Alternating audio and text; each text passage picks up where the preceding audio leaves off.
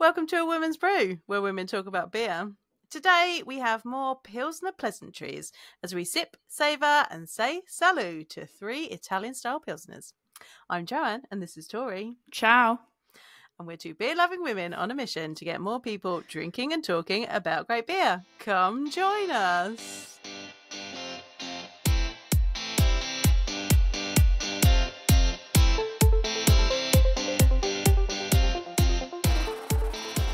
Actually did a different hello today. I'm very proud. And I think that's only because I'm not I'm by no means even remotely fluent in Italian, but that's probably my stronger of all the languages that I don't know. That's probably my strongest.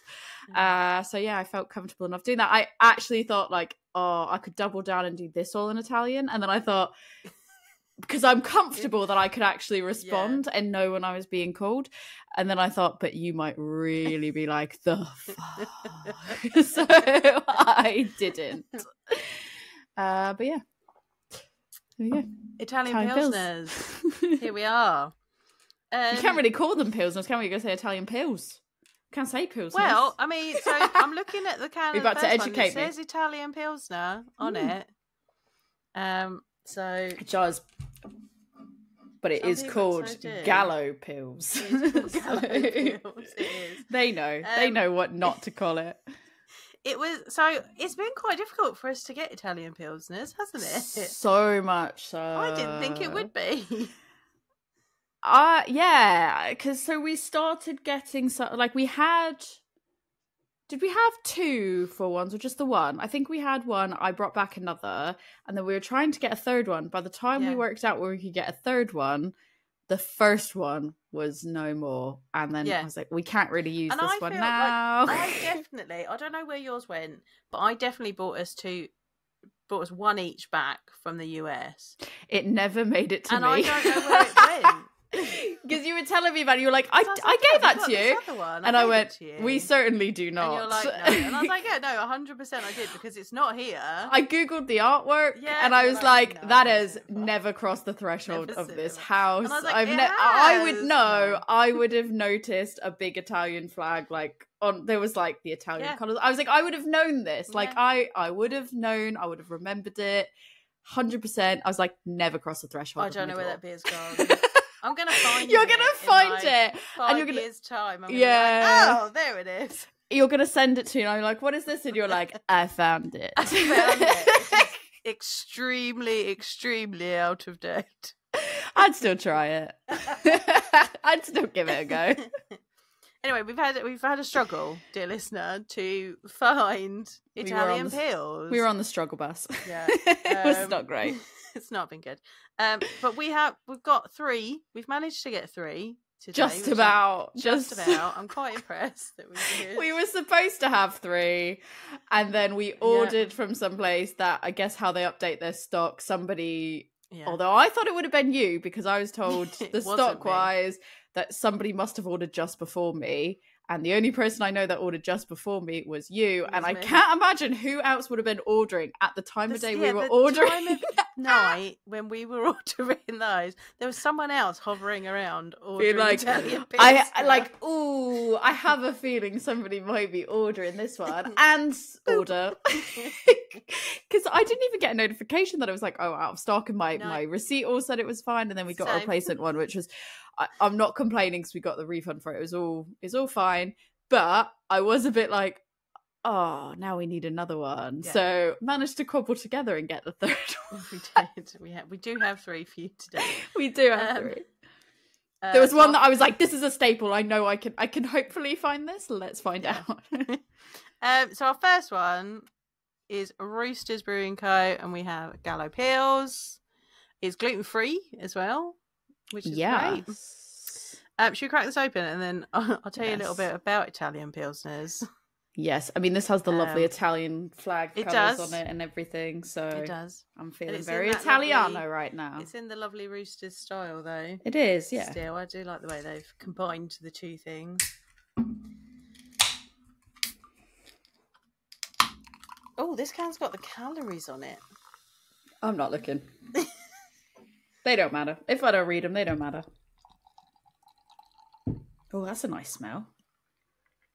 Oh, I'll tell you about that in a minute. Yeah, I love that. I just went, all I know is it's just as it was passing by my face and I was setting it down and I caught a whiff and I went, oh, that's lovely. And just the excitement on your face when you're like, oh, I'll tell you about that one. Oh, it does smell nice. That's, you know what? That's what I expect from an Italian Pilsner. Is that smell. Oh, it's just really nice. Like there's just lovely, like there's like a sweetness, like just a really lovely sweet. It's a lovely, bright, clear gold. It's got a nice kind of white foamy head on it. I still feel like mine feels like it's somewhat pale. Yeah. Yeah. I'd agree. Got some paleness to that. But then it's got that nice, like, almost lemony. It's like a zesty. Yeah. Because I was trying to figure out the best way to say it because like initially there was like this like sweetness and I was like almost about to be like florally, but then I was like no, but like not quite that. It's almost like a fruit blossom. Zesty. Like a zesty, but then I'm getting sort of like this like fruit blossom scent that is just really like, nice. And there is a sweetness. I think there's like a sweet kind of grainy. It's like a sweet grainy undertone to it is what I would say. Yeah. And it smells light. It smells light. It smells refreshing. Yes. It just smells like it's gonna be enjoyable. It does. Should we sip on this first one? Yeah. Yes. Yeah. Salut. Salut. I still hate you like salute. Tori thought she was going to get me. I didn't. No. Yes, I wrote it and I went, she'll get it. And then I went, unless she Ron Burgundies and just reads, and then she might not. And then I was like, but then it will still be funny, so it's fine. And I was like, but I've got faith. She'll do it. Luckily, I read it through before we started. Because sometimes you go, I've not read it yet, but let's just get into it. And I thought if you did that, you would definitely Ron Burgundy and go, and salute. Yeah. And then I'd have to be like, my brain is not 100% focused right now. And also I'm not sure where Italian sits. I also don't know where Italian sits in terms of all the languages that you know. So. I mean, I know bits. Like, you make it sound like I can speak loads of languages. I know bits of various different languages. It's probably, like, I reckon French is up there on the top one. Okay. Then probably Spanish and German are vying. Okay. Because I think German at some point is going to overtake as I'm learning more German. Then probably Italian. I feel like I've got, like, Italian's probably maybe I don't know. Because it's difficult. Because I feel like Italian, if I were, like, reading it, I could probably work out what certain things were best. Because by no means am I good at all. But we had to take that as a language. Being from the US, where it's you're either like Italian or Irish, pretty much. Our area is definitely Italian, and you take Italian in like kindergarten, so like when you were 5, and like school, you'd have like Italian lessons a little bit. And then I switched to French, and I was like, why did I do that? Like, what? Like, I like a challenge, so I did that. And then I was like, but I don't like school, so why did I do that? So I switched back to Italian because I knew I could pass that. So I would say like, I think Italian is potentially could be somewhere up there for my strongest, because if I read something, I could read it and pronounce it correctly, even if I didn't know what it meant. Yeah. And then I think because Spanish is so like closely linked, I could probably read and work out similar, but I don't know Spanish very well at all. Like, then I'd say French, then maybe Japanese, and then everything, maybe Dutch, and then everything else. I feel like French, Italian, and Spanish are quite, like, can be quite similar, so you can work, like, I've worked things out because of my knowledge of French. I can kind of work out Italian and Spanish. See, I feel like Italian and Spanish very similar. French I think is different but has some similarities but is different. Learning Japanese was the hardest thing ever, so that's really hard. So that's very different than everything. Brewer could say to me, because I was like, oh, and he's like, oh, do you speak German? And I was like, no. I'm trying to learn it because I feel like it's probably going to be useful for the things that I do now. And he was like, oh, but it should be fairly easy for you, right? Because like German and English should be quite like similar. And I was like, what? No. I was like, absolutely not. And he was like, but they're kind of, you know, like kind of the Germanic roots might work. And I was like, absolutely not. No. I was like, I learned French in school, so because I learned French, like if I'd have used French, I would have I would have been fluent, but I stopped using it after GCSEs. So your face looked horrified. You were like, no, like, oh goodness, not. no. And he was like, oh, but it might be easier. And I was like, no. Wow. I was like, French, Spanish, and Italian, and I find Spanish and Italian, like, I can look at things and work. They are really similar because they're quite similar. I was like, but German feels like completely different. Like, I can't even work. Like, I'll look at a word and I'm like, why does that mean that? I can't even explain why that means that. I only added Dutch to my list because obviously we've got an office in the Netherlands, so I've had to go over to Zwolle to go there. So I was like, I like to learn like niceties when I travel. Yeah. So learn some of the niceties so I can say like to our Dutch listeners, dankjewel. I can say that. So thank you for listening, guys. This is great. And I think other than that, like I tried to learn some things, but actually it was really funny, like how like you can work out exactly what something means in Dutch by reading it, because you're like, oh, that looks very similar to to like what the English. Does that mean that? And they're like, yes. And they also won't let you speak Dutch because they're just like, we'll just speak English. It's fine. We know like every language, and you're like, no, I try really hard, and then please. And then I'm just like, oh. I can swear in Norwegian, but we'll save that for another day. That's another topic for another day. Yeah. Italian Pilsners. Italian Pilsner. The thing I really like about Italian Pilsner is that it's got that really lovely crispy breadiness that you get from a really good lager. But then it's got that really like refreshing zestiness about it. Yeah. It like that kind of freshens it up almost. That's what I really like about Italian Pilsners. It's just like, and there's not a lot of bitterness in it, so that's why I love it. Because you really don't get a lot of bitterness. There's kind of like a bit of like that grainy sweetness, but it doesn't taste like warped. Like it's not. Yeah. It's all so well balanced and so light and so again, light, refreshing. You've got that citrus, zesty bite to it. But then you don't have, there's like a tiny, tiny, tiny minuscule bit of bitterness towards the back end. But then again, that's acting as a balance. It acts as a cleansing as opposed to anything else. And it's a lovely balance overall.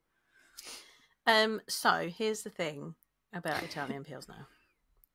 You're going to be very upset because it's not in the BJCP guidelines. Oh. I was hoping for a fun number. Right. No fun numbers. I want you to know that I can swear in Italian and I would do it right now, but I'm trying to be clean so we can make 2025 awards, so I'm not doing it. But I can swear in Italian, and I'll have you know that. I'm doing it in my head.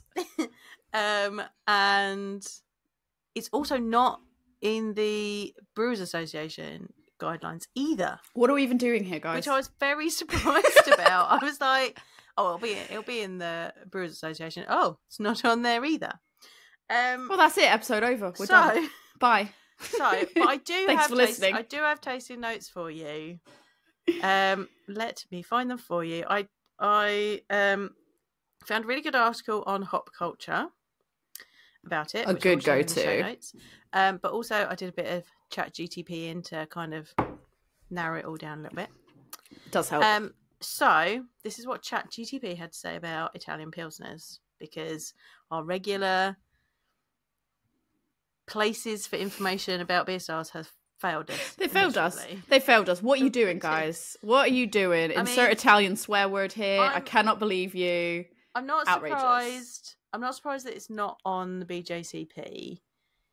I was surprised that it wasn't on the Brewers Association, because that moves faster and it adopts popular styles much more quickly, and it's not on there. And I was like, oh, and like in the grand scheme of lagers, this is a very new beer style. It came about in 1996. So it is very new. That is proper baby, right? In terms of beer. Italian Pilsner is a baby, but I feel like it has been quite popular for quite a few years now, and quite widely so. So I was surprised it wasn't on the Brewers Association. It's interesting because I feel like you see, arguably, I know we made a point at the beginning to be like it was really hard to find them. Yeah. because I feel like it goes through like peaks and trials. Like sometimes you've got loads and then sometimes it's just a barren field.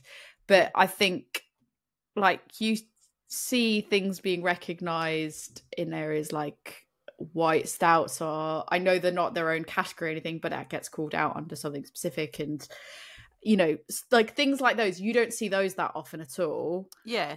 And I feel like sometimes that always gets more like those type of niche styles you don't see, which I love them, don't get me wrong. Sometimes you get more recognition of those than like something like this, which is far more, in my opinion, I think commonplace and accessible to a wider market, not just craft beer nerds. Right. And this is a very accessible style. So they failed me. So I think I just want to say we're not mad. We're just disappointed. Yeah. Because we enjoy like talking about the categories and the numbers. We expected better, but you know, to just be better in future. So Chat GTP says, Italian Pilsners are a delightful twist on the traditional German-style Pilsner, known for their crisp, clean and slightly hoppy character.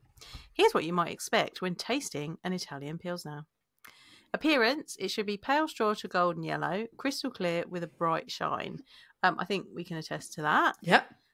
It should have a frothy white head that lingers, leaving good lacing on the glass. I wouldn't say mine did, but again, hard to tell if that's my glass or the beer. Yeah, same. I think it's probably the beer, but I can't rule that out. Yeah. We'll see when we go into our other two, see what we get. For aroma, for the hops, expect a prominent hop aroma with floral, herbal and sometimes citrusy notes, often derived from the use of noble hops like Sars or Hallertau, but with an Italian twist, often incorporating local or new wave European hops. For the malt, a light, bready or cracker-like malt aroma in the background, providing a subtle sweetness. Yeast, clean with minimal to no esters or phenols, allowing the hops and malt to shine, which is pretty much exactly what we said. Yeah, I mean, even like at the start, I was like floral, but then I went, oh, maybe not. But because I think that like sweetness, I was like, maybe it's like a fruity like blossom as opposed to like floral notes. But actually, I feel redeemed because I was like, you know what? I was right the first time, as has been proven by this podcast. Every single time, I should just go on gut feel and just say the first thing that comes to my head because it was floral. Floral was literally the first descriptor that came to my head. So I was trying to see which hops were used in this, and it does say, so Perle and Tettnang was used in the boil, very typical German hops, and then Callista was used in the dry hop. So that's an important thing I'll talk about in a minute. So for the flavour, the hop flavour is more pronounced than a typical German Pilsner, with a balanced bitterness that can lean towards herbal, floral or spicy, with hints of citrus or pine, depending on the hop varieties used. The malt is has a clean, crisp malt backbone that provides a delicate sweetness and bready, biscuity notes balancing the hops. The bitterness is noticeable but not overpowering, providing a refreshing bite without overwhelming the palate, and the finish is dry and crisp with a lingering hop bitterness that invites another sip. It's light to medium bodied, smooth, slightly effervescent carbonation, and it should be clean and crisp with a refreshing quality that makes it easy drinking. I'd agree with all of that. I think pretty much all the things we said. I think it gets more and more drying the more you drink it as well. Like it, and that again, as we know, just makes you want to go back for another sip. I mean, I'm going to go out on a limb here and say that I feel like we've been sleeping on Italian Pilsners a bit because I kind of feel like when I think Italian Pilsners, I think most people think Italian Pilsners, they're going to think something like a Peroni or something like that. And that's like just not doing this style justice at all. No. They're going to be like, oh, a Stella or a Peroni or something like that. It's like, no, that is not doing this justice. This is absolutely like, this might be one of my favorites because of the fact that the bitterness is low. Yes, I do like things when they're really, really bready, but I feel like this is potentially one of my top favorite lager styles actually, because it has sort of that breadiness, but then there is that sweetness, and I love the drying element of them, just great. And the low bitterness means that it's just all good times. So really enjoying this. It's all good stuff. Serving temperature 3 to 7 degrees Celsius, 38 to 45 degrees Fahrenheit, so a little bit cooler. This temperature allows the crispness, the hop character, and the subtle malt flavours to shine without being too muted by cold or too warm, which could accentuate the bitterness. And it should be presented in a Pilsner glass, obviously, because it is a Pilsner beer. So the thing that I find really interesting about Italian Pilsners and what makes them... So what makes an Italian Pilsner different from a German Pilsner is the dry hopping. Love a good dry hop. I've got a little bit of a story about that, which is in the Hop Culture article. So that Hop Culture do a nice little series that's called What is a... and then it's various different styles. So that's a really good place to go and have a look, see if they've got information about a beer style that you might be looking for. So like I said, this beer style originated in 1996, and it was a little bit of a mistake, which I think is my favourite way for beer styles to come about, actually. I think you get some of the best stuff by accident. Like, yeah. So it was originally found at a brewery called Birrificio Italiano. Tried to find the beer that is referenced as the main one. Cannot find it anywhere. Yeah, no, I didn't find it. They are in Como in Italy, and their founder is Agostino Arioli.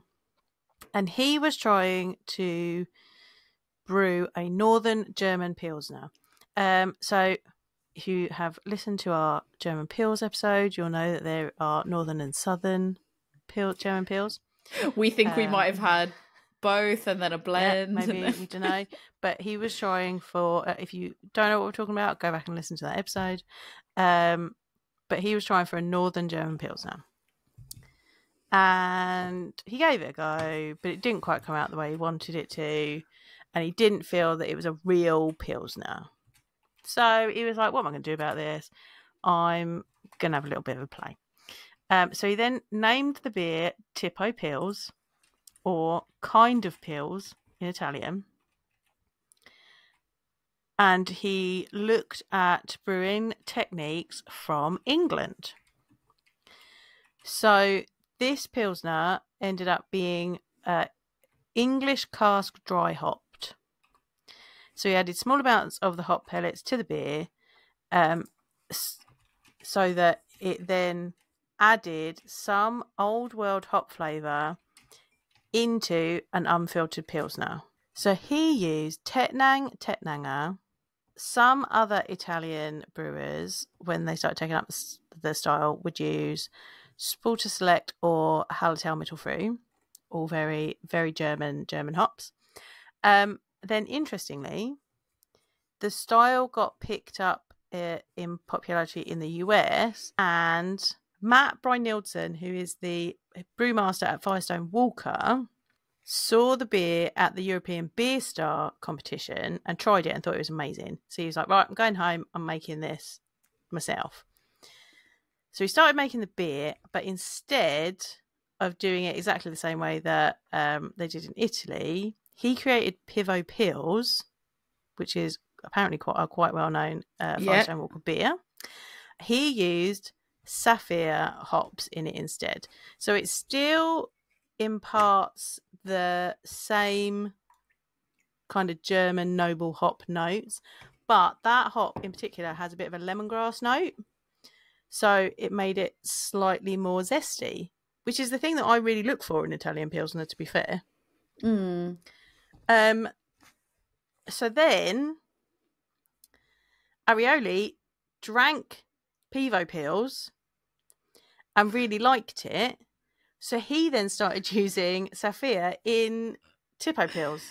That's really funny. That's just like, again, I think because we're so used to talking about styles that are so much older than this, that it's just like really funny. That's like, yes, like made it for the art, made this art, won an award.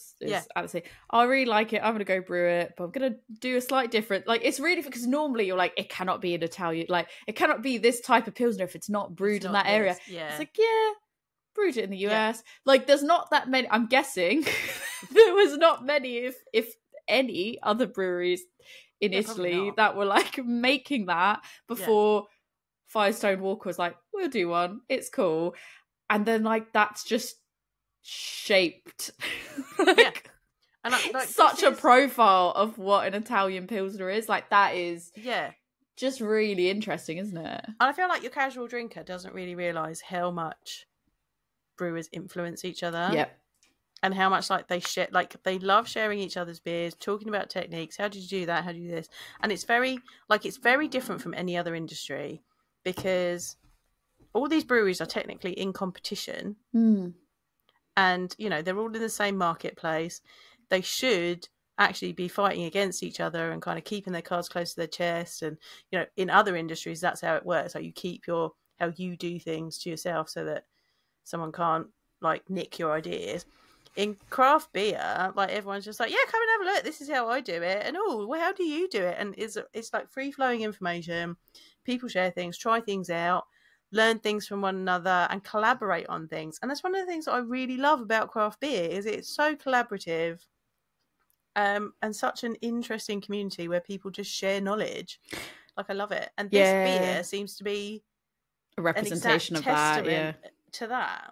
Yeah, I know there's definitely, I can't remember who it was I was talking to, but there was definitely someone it was either someone I was talking to or I'd read about it and had a conversation with somebody, but there was definitely a brewery that was just like, yeah, we just put our recipes out there because like there's nothing to be, if somebody wants to know how to make it, like I'll tell them how to make it. Like, there's nothing, you do a good job by the ingredients you use and the time and effort you put into it. Like it doesn't matter if somebody knows that recipe or not. Like, you know, if somebody wants to take it and cut corners and do whatever with it, or you know, that's not going to be as, you know, that's on them. It's not, you know, I'm not threatened by that. Or like, even then if somebody else takes it and improves it, like that's awesome. Like that is what that collaborative thing is. Like there's less fear around the collaboration and just putting your recipes out there to be, because I mean if you think about it, it's probably similar in like the baking world. It's like there's so many different ways that you go, oh, here's a recipe and then we can change it up and do this, we can change it up and do like, that. You can't pick up a Paul Hollywood book and just make his stuff and suddenly be Paul Hollywood, like, you know, exactly. And it's not like by putting the recipe out there all of a sudden that's what's happening, but equally like it makes it more accessible for other people to try, or that's how you get innovation. It's because somebody else goes, I was inspired by this, I decided I wanted to try to do that but with a twist. And like that's how you get some of the most interesting things. And it's like, like you said, Paul Hollywood's not out there being like, well, I simply can't put this cookbook out. I can't put this someone is this going baking to steal somebody somebody will know how to make this bread. It simply cannot have that. No. But yeah, and that's to me that comes across as like quite similar. It's like you can put all the stuff out there and be transparent, and it doesn't mean that everyone's going to go away and just be able to like, it's not going to necessarily hurt your business or your brand or your reputation, because it doesn't mean someone else is going to start up like and be like, I'll just make all the exact same recipes as you. And as well, like, you know, brew kits differ and that makes a difference. You know, it's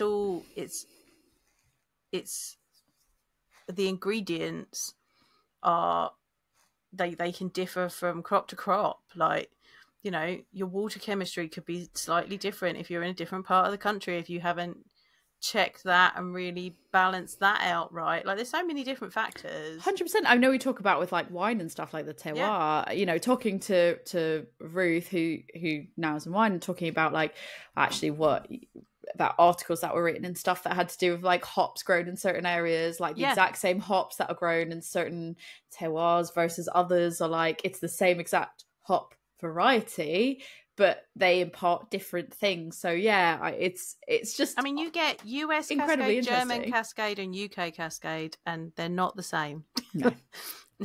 No, and I think that's it, is like if you keep a recipe to yourself and you're like, I'm never gonna do this, like things aren't gonna grow, change and innovate, and people know that. And like you also don't make those friends and connections for life when you're like, yes, I would love to put this stuff out there, but when you're like secretive and you do hold your cards to your chest, and it's like, I don't know how much you actually really get, how much you really get from that experience of keeping things much more secretive. But yeah, in this case, like you said, this style is such a testament to being like, I don't, how it's helped it grow and change and evolve. I just think it's really funny that they're like, yeah, we've brewed one and this is like great. And then somebody in the US was like, cool, I'm going to give it a go. And then back in Italy, they're like, no, that was really good. We should probably actually do that. We're doing that now, actually. Yeah. We're all going to just agree that that's what we're doing now. Yeah. We tried to get Tipo Peels because I would say if you want a air quotes commercial example, Tipo Peels is the one that I looked everywhere, couldn't find it. We couldn't get one. Again, difficulty finding the style. I feel like that's a Brexit angry but yeah, that is, I think, like, I feel like we probably used to be able to probably import some of that and people are like, no thank you now. And I'm like, oh, please. I feel like this beer makes a really good, like, for me, normally how I go, oh, I want to be on holiday. Like, some of these lagers just make me think of, like, sitting on holiday in the sun. And I wouldn't say this is far off from wanting to be in the sun. But I do feel like, for me specifically, when I think of, like, the experience I want to have when drinking this style of beer, at least with this particular one from Roosters, is I feel like it's perfect for two settings for me. Okay. A picnic with maybe some charcuterie meats. Okay. I feel like a picnic with charcuterie. Or being on the beach. Like, I feel like this feels like a relaxing on the beach. Do you know what? You love a lager on the beach. This is not the first time you said that you like a lager on the beach. No, but I feel like normally I'm like beer guarded in the sun, somewhere abroad.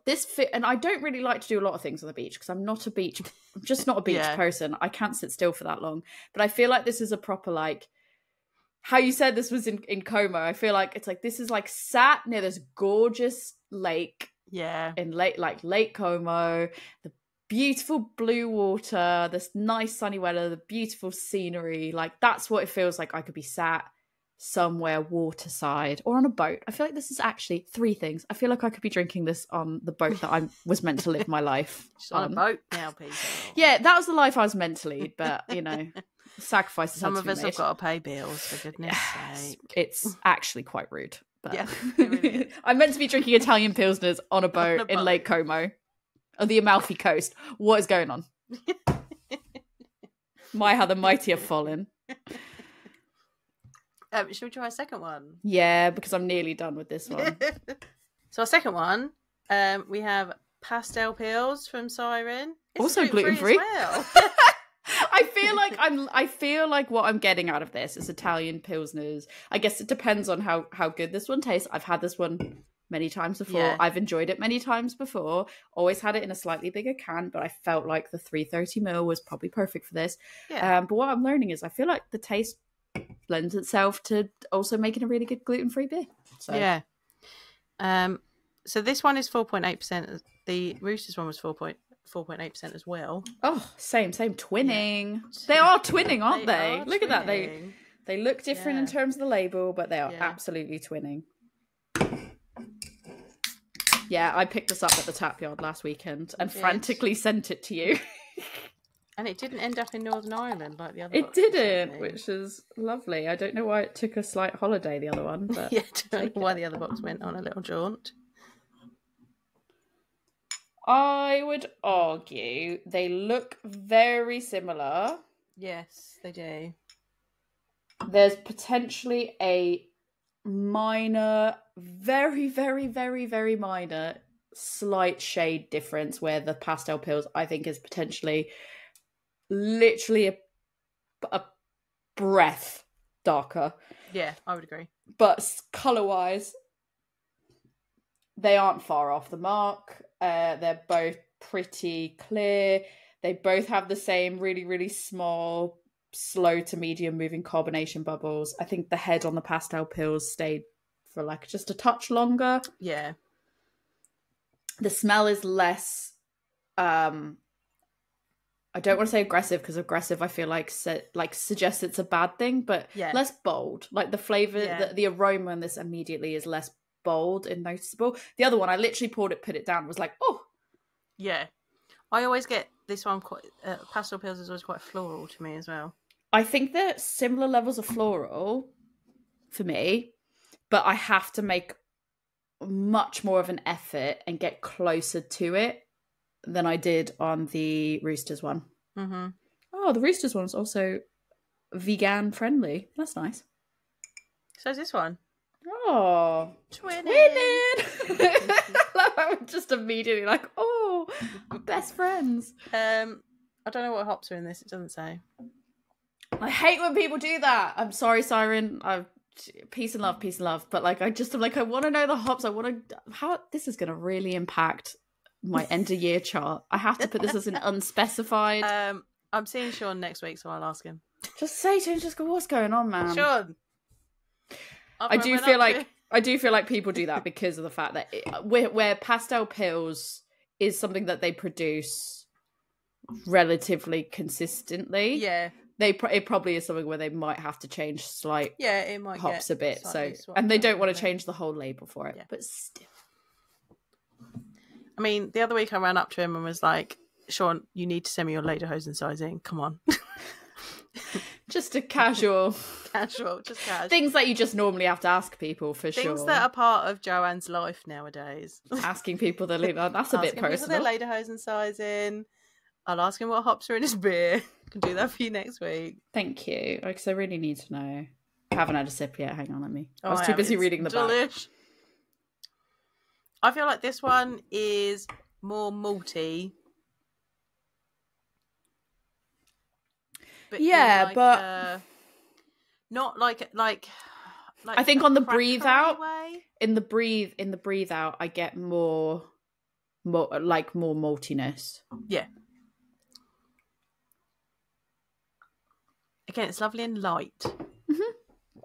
I would say they are very comparable. I think there's a touch less maltiness in the Roosters, so it almost comes across as slightly less like robust in that regard. But I like that. Like, I feel like that makes it perfect for the sun. I like the Siren one. I don't think there's anything like, they are so similar. Like, literally, this is like trying to pick apart. I think there's a little bit more sweetness and floral element. I don't get as much sweetness to the Siren one as I do with the Roosters one. Yeah. The Roosters one definitely has more of like a pronounced sweetness and that like zestiness. Yeah. Whereas I think it's a little bit more subdued and it's more like heavier on the malt aspect for the Siren one. But we're not talking like miles apart, in my opinion. No, definitely not. We started talking about picnics and food that you might have. Yeah, charcuterie, Italian cured meats. But I don't know if that's because I'm like, it's Italian. Like, I'm going to get the cured meats out. Let's go. Like, I need the Parmigiano Reggiano. Like, I need my balsamic, like my aged balsamic glaze. Like, let's go. So Chat GTP suggested that you might want to pair this beer with light dishes like salads, seafood, or grilled vegetables. No, I don't want to. I don't want to do that. The salad, to be fair, I say no. I say you're wrong, ChatGPT. But I think the salads I can actually get, because I think it's like salads would probably be the hardest thing to pair a beer with. Salads are very hard to pair beer with, yeah. But you just need something. I think you need something that is light. Or if I were doing a salad pairing, I'd tend to do something that might be slightly fruity. So it's like you've added like little pops of fruit into your salad is the sort of thing. Or you might want something that's quite bready. So it's kind of like the croutons. Well, I was thinking like the only thing that I could think that this might sound wild, but like a Duchess, because the vinegary element. Well, like, so if you do olive oil and vinegar, like if you do like a proper like olive oil, vinegar, and then like just a sprinkle of salt, I feel like that could be okay. It might be a little bit too robust, but I would be up for trying it. Or if you don't do the vinegar element and you just do like a light, like a very light little bit of olive oil on it, maybe like some salt on it, and then you had that acts as the vinegar element, that could be interesting. Yeah. But I feel like these are really light that I can absolutely see how they would go with salad. But I'm just trying to think of like what else goes with like what else would go with salad? And I feel like the only thing I could think of really light beers are American light log. Yeah. It's because they're like no flavour, there's nothing to detract. Any flavours are off. But if you get anything too heavy, it's just going to completely dull any of those really delicate flavours that you've got in a salad. I was thinking it would have to be something that would be like vinous in like the white wine type realm. Definitely, or something that's or really dry, like lemon really zesty. So it's like you've put like lemon vinaigrette or something on it. Yeah, like something that's more emulating maybe even like a champagne or prosecco, like a very dry, crisp, carbonated situation. But yeah, I can. Reading that list out, like, I can see how those things would work. I'll still go charcuterie. Oh yeah, that could be good. I'm still going charcuterie. I'm not going to lie to you. I'm going to go Italian cured meats. That it is what it is. We just have to accept that. But I feel like it could go really well as well with like, oh god, I feel like this is just like not the right answer to go for because it's going to sound really like I'm stereotyping it, but I feel like a really light pasta as well, like not a heavy. Like more like almost like a creamier pasta as opposed to like a red sauce based pasta. Mm-hmm. I feel like that could be really nice. Do you think the richness of a creamy sauce would kind of lose the delicateness of the beer though? Because you kind of need and I don't know if it's carbonated enough to cut through that cream. I don't know. I'm taking another sip to see how I'd work it out there. I want to give it a go. Like, I feel like I want to have a nice carbonara and be like, Tori's let's have it in beer and food pairing. This will be part one. Italian pilsners. Oh, I feel like, Italian food is just so like, to me, it feels very accessible. So I'm like, yeah, give me all the Italian food. I'll eat it. It's fine. Next time my mum comes to visit, I'll be like, we're doing experiments. Please make me food. Make me all the food that I cannot be bothered to make because it involves a lot of cleanup and I don't want to do that. But I have food pairings that I need to do. This is really good. I like them both. Yeah. Shall we try the third one? If I must, because I'm really enjoying this. I think the last one is going to be probably the most interesting one. Like, I'm most interested to see how the last one is. Yeah, so you managed to bring this one back from Belgium? I did. And I feel like I already do really want to go back to Belgium, although this is influencing me to really want to go back to Italy. But I never travel anywhere, so. She never gets to go anywhere. So sad. So, I did bring this back from La Source Beer Co. It's Campagnol, an Italian-style Pilsner. Very excited. I mean, it does concern me that there is a black furry rat with massive whiskers on the front of it. Is that concerning? Yeah. The art, when you see something with that on it, you kind of stop and go, what? But yeah, this one does have the hops on it. So yeah. Very traditionally hopped. Fun. This one's a 5%, so not far off. So that's this one is good. Traditionally hopped. It's got Spalter Select and Hallertau Blanc in it, and it uses Pilsner malt. I was just looking up Campagnol because I was like, that word sounds familiar, and I don't think it means rat. And it does not. It means bell. So so I was like, I just want to double check because that's not the word that I know for that. And then I was like, no, it does say bell, so that is fine. Oh. But yeah, I'm excited to see what they do with this. To be fair, when you also look up like other variations of the word, it means countryman or peasant. Oh well, a rat. So maybe the rat works. Yokel or rustic. Yeah. The head on this is much more what I'm expecting. Head. The smell is lovely.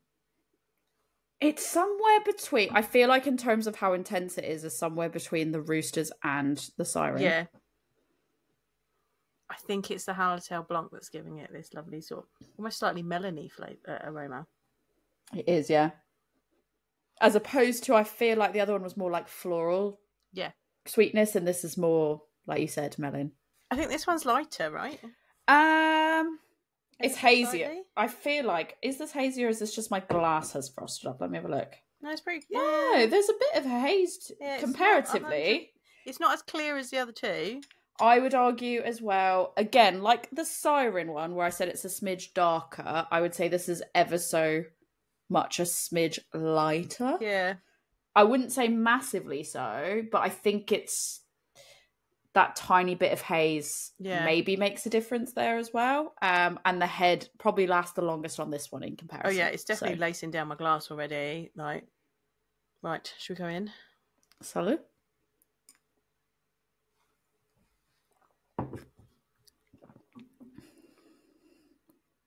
That's very different in comparison in the first sip.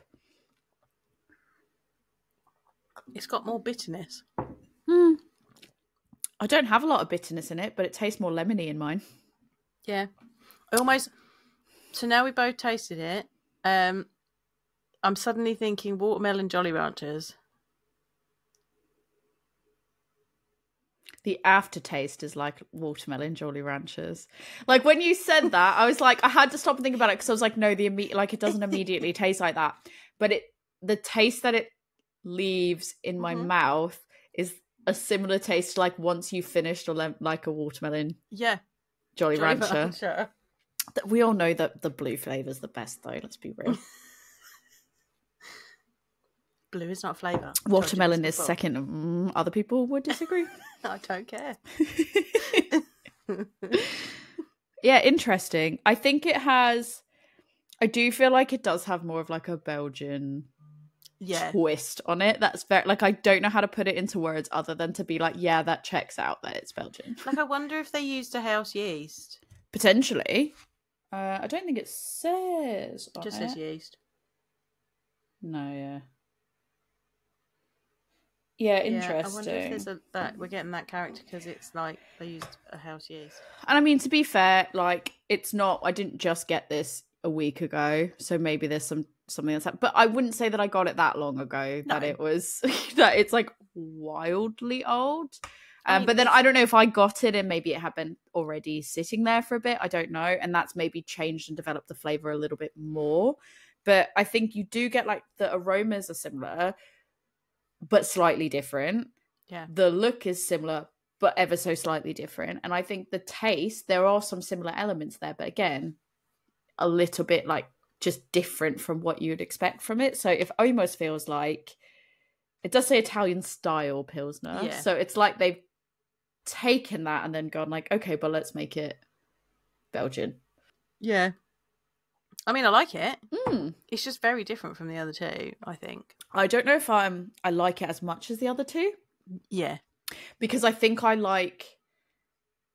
for me, I don't know if I like the combination of like the Belgian elements that it's bringing with the Italian elements as much as I just kind of like either the Belgian style beer on its own or the Italian Pilsner, like these examples of Italian Pilsner on its own.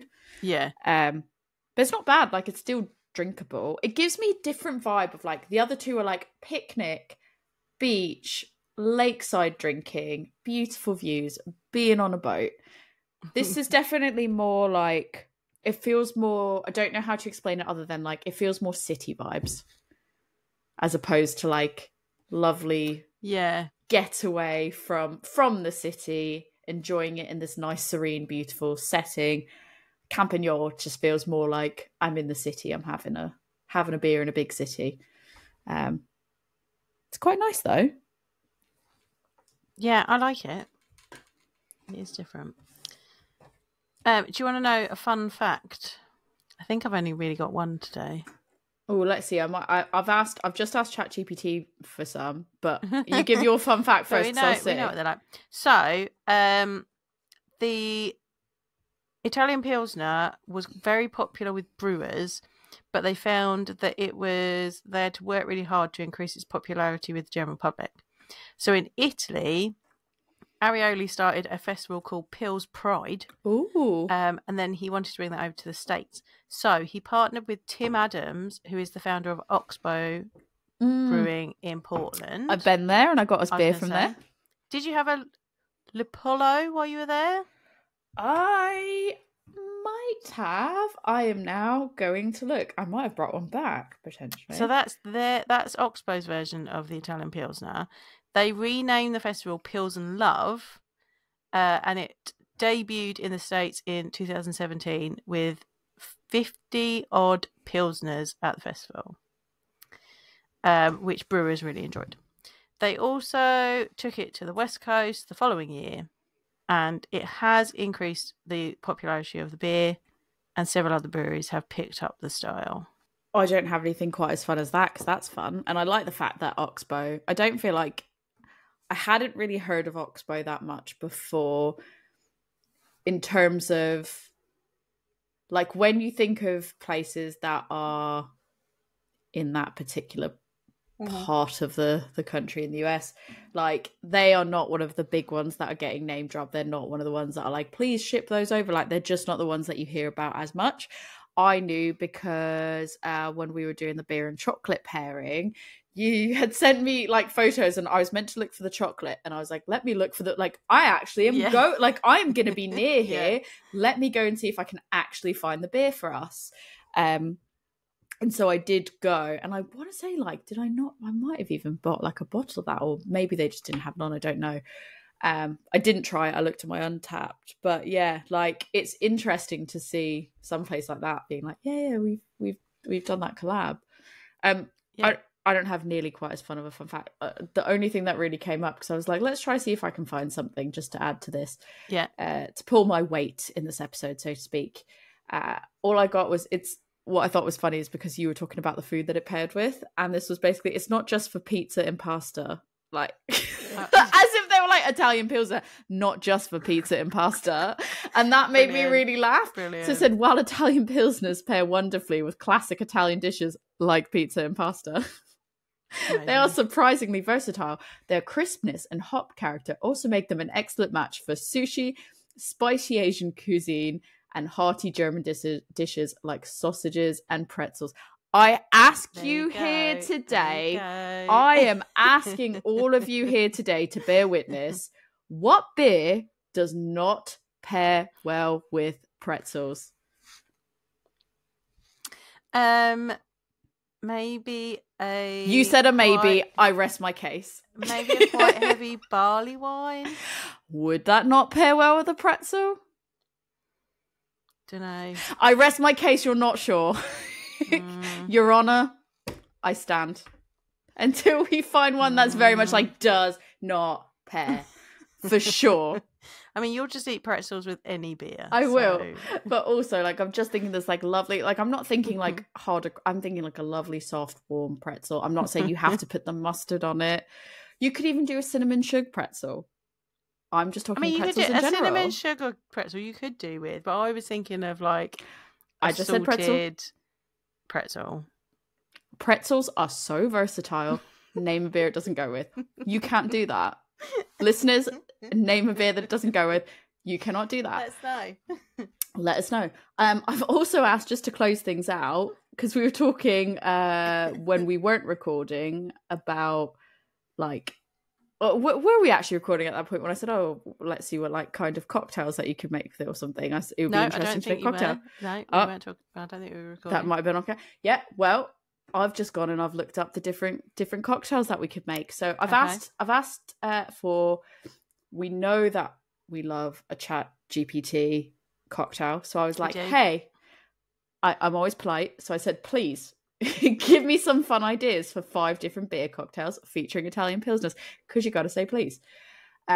These are the 5 that Chat GPT gave me. So we've got an Italian shandy. I'm just going to tell you the name of the ingredients. I'm not going to tell you how to do it. You've got 1 part Italian pilsner to 1 part lemonade and a splash of limoncello with a lemon slice for garnish. What had me on that to just take it to that other level was the limoncello. Yeah. You've got a Pilsner Negroni, so that's 2 ounces Campari, 2 ounces sweet vermouth, 1 ounce gin, Italian Pilsner to top it up, and an orange twist for garnish. For me, personally, I could leave that. Don't like Negronis myself. Really don't like Campari, so that's a big no for me, but for all you Campari lovers out there, you might like that. You might do. I feel like that's just kind of like any kind of lager could go into that. I also feel like that's a Negroni that they've like, we've just put a bit of beer in it. Like that could literally be any beer in there. Like the beer flavour itself isn't really adding to that cocktail. It's like somebody has said, like, can you make me a beer cocktail? And they're like, yeah, here's a Negroni with. I can do that. Yeah. I can do that. And they were like, just a little shot of that. There you go. It's done. Italian Radler, which is 2/3 Italian Pilsner. I love how all of these are different measurements as well. That's brilliant. 2/3 Italian Pilsner, 1/3 blood orange soda, and fresh basil leaves for garnish. I mean, I'm not into that one. That's a good one. Yeah. Oh, it gets worse than the Negroni. Oh. A Pilsner Spritz, 2 ounces Aperol, 1 ounce Prosecco, an Italian Pilsner to top it up with an orange slice. I cannot. There is no way that you're tasting any of that beer in that cocktail. I can't share how much I really don't like Aperol enough.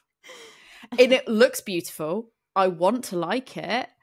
I have tried it several times because I go, you look great. You look refreshing. It looks like I'm going to have a good time. I want to do what they're doing and have a great time. And then I get one and then I go immediately in the bin. Do not like, I'm like, Rick, could you drink this for me? Do not like it, but I also don't want to be rude. I really don't like Aperol. But if you like Aperol, try just making an Aperol Spritz and topping it up with I had a Hopperol Spritz.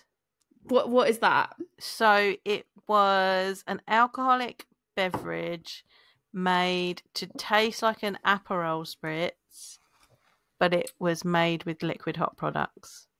Oh, interesting. How did you find it? And it was like a pinky orange. Oh, it's an experimental beverage that was made at work. You're like, oh, it's very much experimental. Not even at work. It was made at Germany and work.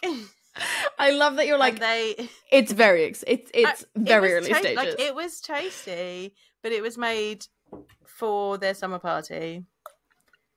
You know what? That sounds fun. It was good. It was tasty. Like, in fact, I liked it more than I like Aperol Spritz. My summer party. I'm not a massive Aperol Spritz person, so I was like, I'll try the Hopperol Spritz, and I was like, this is nice. My summer party was just like there was Daya on tap, and I was like, all right, I'll have that. All right, humble brag.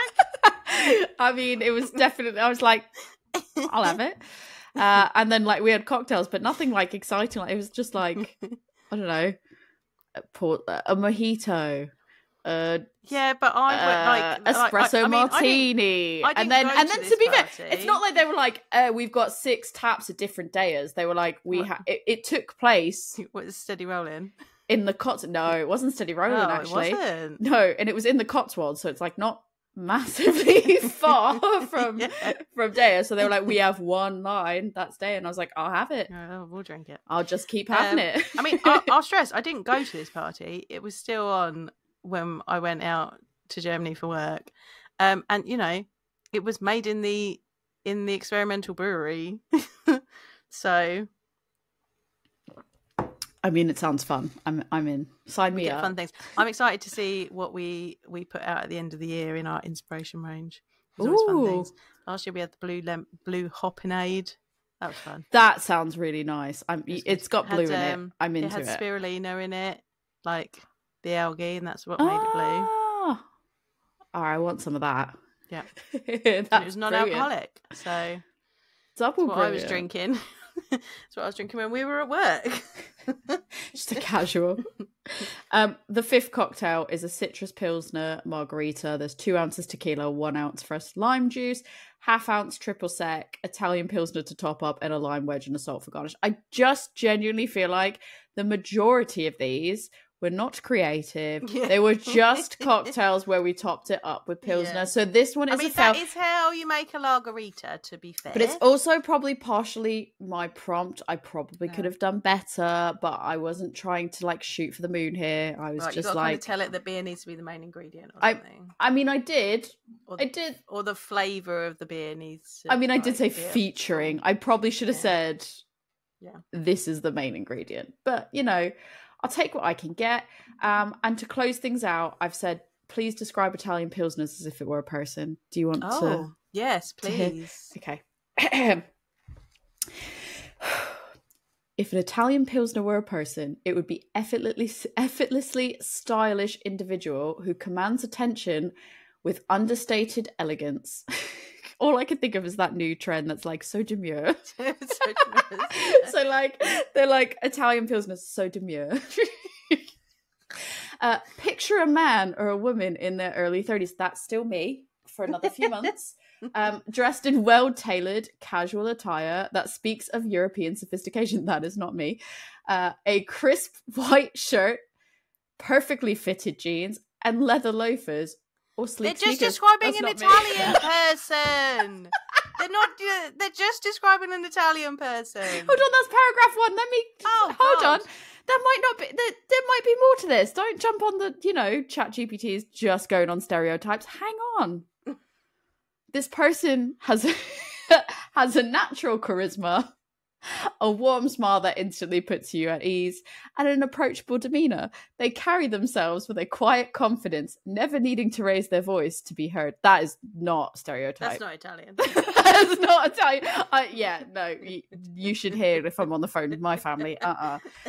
Their conversations are full of wit and charm, peppered with intriguing insights on art, culture, and travel. God, I really relate to most of this. They have a love for the finer things in life, but not in a pretentious way. That's exactly what you're like. I just want to clarify, not in a pretentious way. No, not in a pretentious way. It's more about quality than it is luxury, not in a pretentious way. They might suggest a visit to a small, tucked away cafe where the espresso is always perfect. They're just describing Italian people apart from the not loud part. Or know the best spot to catch the sunset with a view of the rolling hills, not in a pretentious way. When they choose to unwind, they prefer simplicity. Of course they do, as well as luxurious simplicity. Luxurious. Quality. Not in a pretentious way. Quality simplicity. A well-crafted meal. That checks out. That's fine. Good company. And of course, a cold, refreshing drink. And then the final piece is this person embodies the balance between tradition and modernity, much like the Italian Pilsner itself. A classic style with a fresh, hoppy twist that feels both similar and exciting. I enjoyed that read. That's because they're just describing Italian people. They should have been like, instead of saying, it would have been better if they, instead of saying they were wearing a crisp white shirt, perfectly fitted jeans, and if they were like, wearing a Psyduck Pokemon hoodie, a short cut haircut with fringe, eyeliner, and leopard printed Vans. And I'd be like, oh my God, like, I'm an Italian so person. accurate.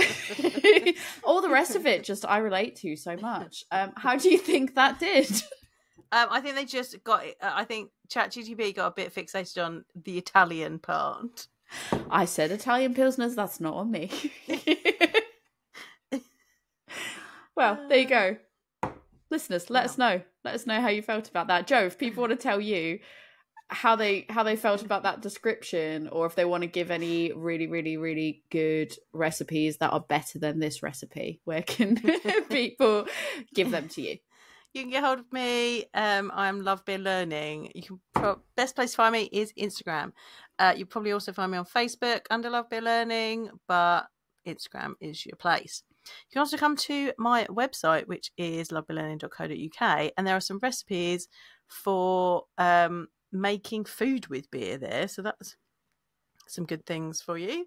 If you want to double down on it, you can go pizza dough with Italian Pilsner. If you want to double down on the Italian according to Chat GPT. Give it a go.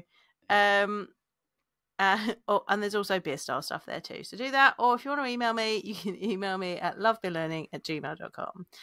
Tori, what was it that you were asking about? What did we say just now? Who knows? I ask lots of things and I never even remember. They're gone from my brain. I don't want them to die of loneliness, so I put them out there and then they're gone. I don't know. You can just tell me about anything. If people want to talk to you about your Italian heritage, if people want to talk to me about that, or they want to talk to me about how I was actually robbed of living the life that I was supposed to lead on Lake Como, living on a boat, drinking Italian Pilsners, not Aperol Spritzers. Those can just get in Lake Como. No, don't get in Lake Como. It's beautiful. I would not like that. If people want to talk to me about that and how I just feel like I've just been done dirty, you can come find me on Instagram at adventures_in_hoptimism. You can email me your really, really good Chat GPT. Email me your really bad fun facts. about from Chat GPT about that are like absolutely not facts. They are super made up.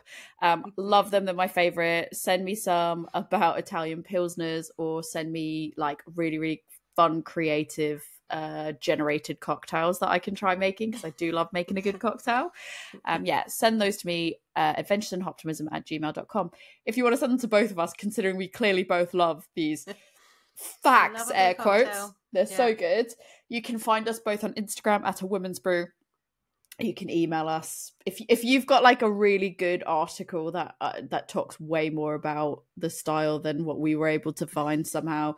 Please email it to us at awomensbrewpodcast@gmail.com. Let us know how you prefer to drink. What's the setting you prefer to drink your Italian pilsners on? How do they rank amongst the other lagers for you? I don't know. Before we close out, Joe, which one's favorite to least? Before we go finish the rest of them, favorite of the day? I think my favourite is Roosters. I think I'd agree. We have a verdict. I remember what it was. You guys can let us know what beer does not pair with pretzels. That's it. This is the road that we went down. This is how my undiagnosed ADHD brain works. I was like, favorite beer. We've done our plugs. Favorite beer. What doesn't go with pretzels? Done. Let us know. We're done now. On to drink. There's nothing more to say here. Case closed, Your Honour. Cheers. Salute.